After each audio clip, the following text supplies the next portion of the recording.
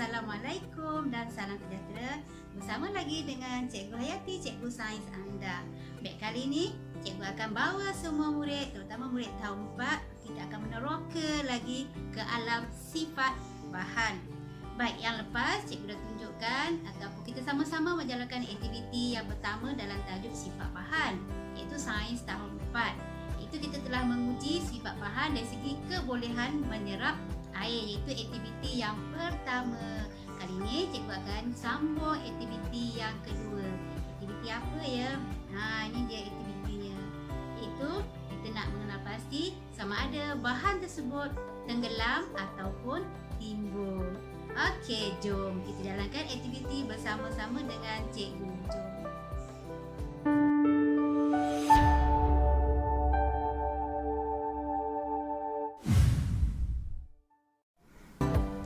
Okey, baiklah. Mari kita mulakan aktiviti kita. Jadi, murid semua bolehlah merujuk buku teks kamu. Okey, buku teks tahun 4 pada halaman 146.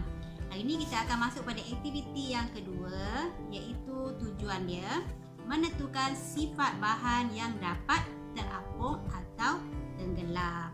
Baik, bahan-bahan yang kita perlukan di sini ialah cikgu perlukan ni semangkuk ataupun sebesin air. Okey.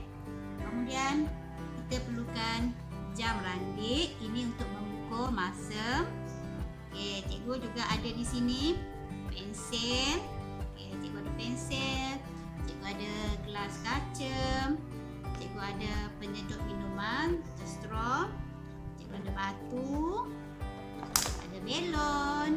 Okey, kita ada kain, kapas, warna pun boleh, pembaris plastik, batang aiskrim. Jadi sini cikgu ada tambahan lagi, cikgu letakkan bola pingpong dan juga penyumbat staf. Okey, murid-murid di rumah, jika nak jalankan uji kaji ini, bolehlah menggunakan pelbagai bahan yang boleh kita dapati di rumah kita. Sekiranya tidak ada dalam buku teks kamu ni, kamu bolehlah menggunakan apa-apa bahan yang ada di sekitar rumah kamu. Okey, kemudian kita akan pergi kepada langkah-langkah yang pertama. Okey, langkah pertama, isi air ke dalam bekas plastik sehingga separuh penuh. Okey, yang ni cikgu dah isikan air dalam bekas plastik ni separuh penuh. Okey. Kemudian kita tengok langkah yang kedua, masukkan semua objek ke dalam bekas plastik dan mulakan jam randik. Okey, kita akan masukkan semua bahan ini. Penyumbat getah, kita masukkan bola pingpong. Okey, fokus sini. Perhatikan sini. Okey. Ada gelas, kita masukkan juga. Masukkan semua. Okey. Air. Kita masukkan semua bahan yang kita ada, kita masukkan belon, kita ada penyejuk minuman, ada pensel, ada batu, kita masukkan, dan juga pembaris plastik. Bila dah masuk tu, kita akan mulakan jam randik kita dan kita akan rekodkan selama 1 minit. Okey, kita mulakan jam randik. Okey, sementara kita menunggu 1 minit, jadi murid-murid bolehlah merekodkan ataupun membuat jadual seperti yang ada dalam buku teks kamu. Jadi objek yang diuji itu adalah bergantung kepada bahan-bahan yang kita gunakan. Okey, kalau ada tambahan bahan lain, bolehlah murid gunakan tambahan bahan yang digunakan. Okey, kita menunggu masa. Okey, ada lagi masa lebih 30 saat lagi. Okey, di samping itu juga murid bolehlah mencatat ataupun menyalin soalan. Apakah pemerhatian kamu dalam aktiviti ini sehinggalah soalan yang ketiga. Okey, dan kita akan perhatikan apa yang berlaku pada bahan-bahan ini selepas 1 minit. Okey, ada lagi beberapa saat. Okey, perhatikan. Okey, dah nampak dah nampak tak? Okey, perhatikan. Okey, bahan. Okey, itu perhatikan. Okey, cukup 1 minit. Okey, cuba perhatikan. Kita zoomkan dekat sikit. Okey, perhatikan. Kita dapati bahawa okey,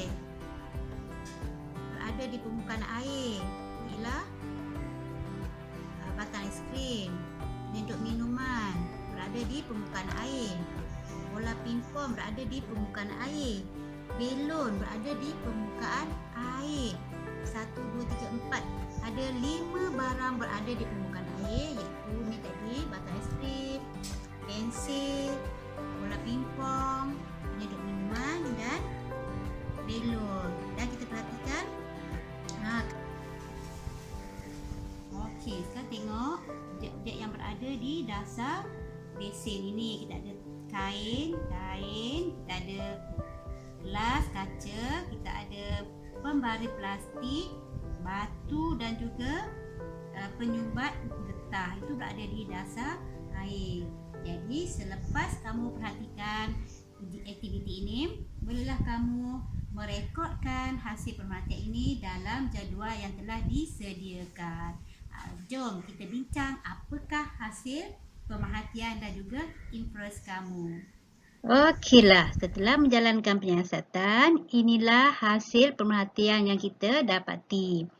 Iaitu kita dapati belon, kita dah buat uji kaji tadi, didapati belon berada di atas permukaan air. Kenapa? Inference. Okey, kita boleh tulis kerana dia boleh terapung. Pembaris plastik, kita dapati pembaris plastik tadi berada di bawah permukaan air. Kenapa plastik berada di bawah permukaan air? Sebab dia boleh tenggelam, sebab tu dia berada di bawah permukaan air. Bola pimpong dan juga pensil berada di atas permukaan air kerana inference-nya ialah kerana kedua-dua ini boleh terapung.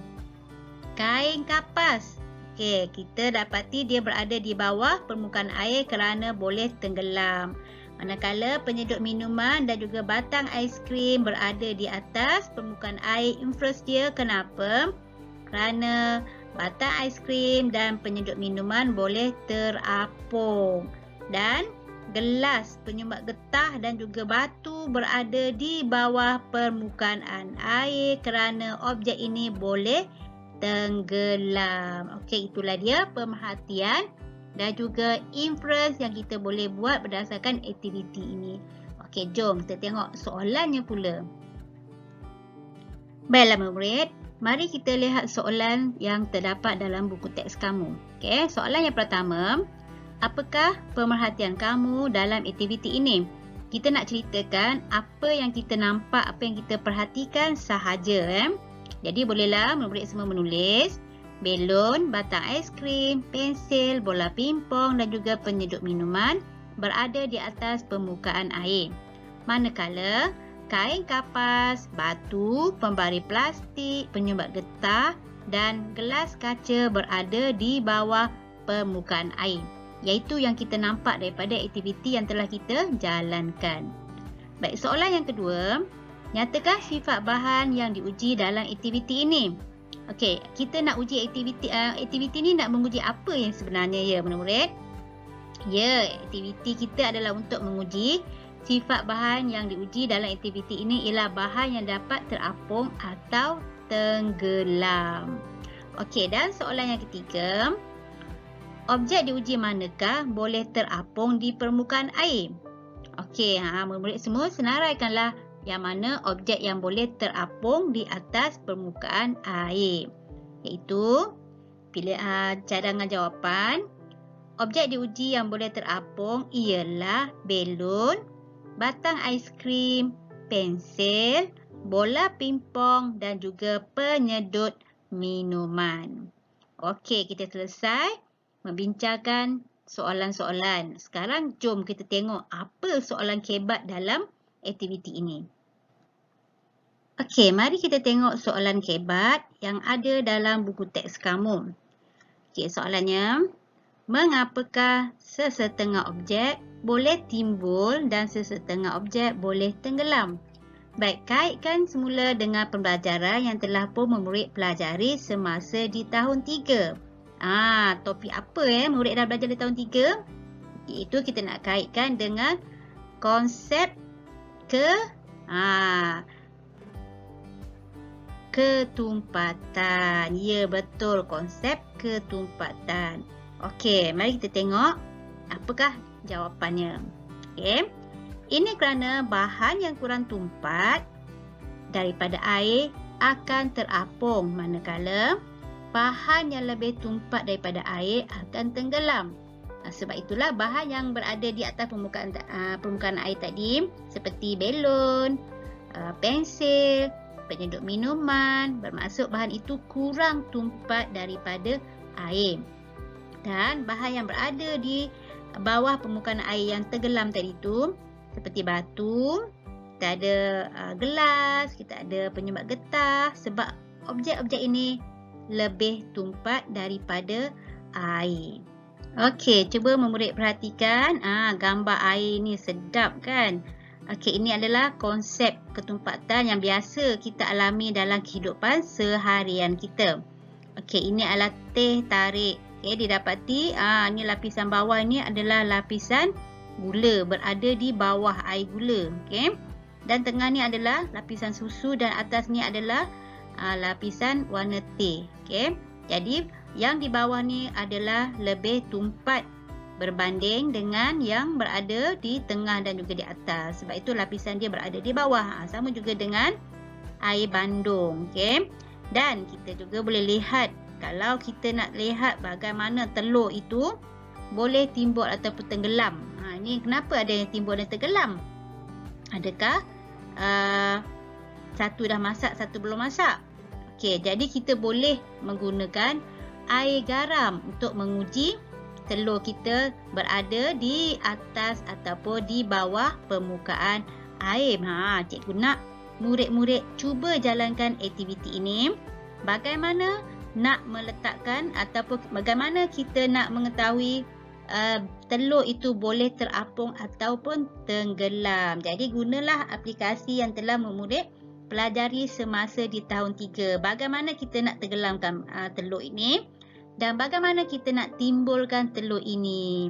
Okey, fikir-fikirkanlah dan cuba buat aktiviti di rumah. Rujuk semula buku teks ataupun ingat semula pembelajaran yang telah memurid pelajari semasa di tahun 3. Selamat belajar semua. Jangan lupa, sumbangan anda hanya dengan menekankan butang subscribe dan like. Terima kasih semua. You make me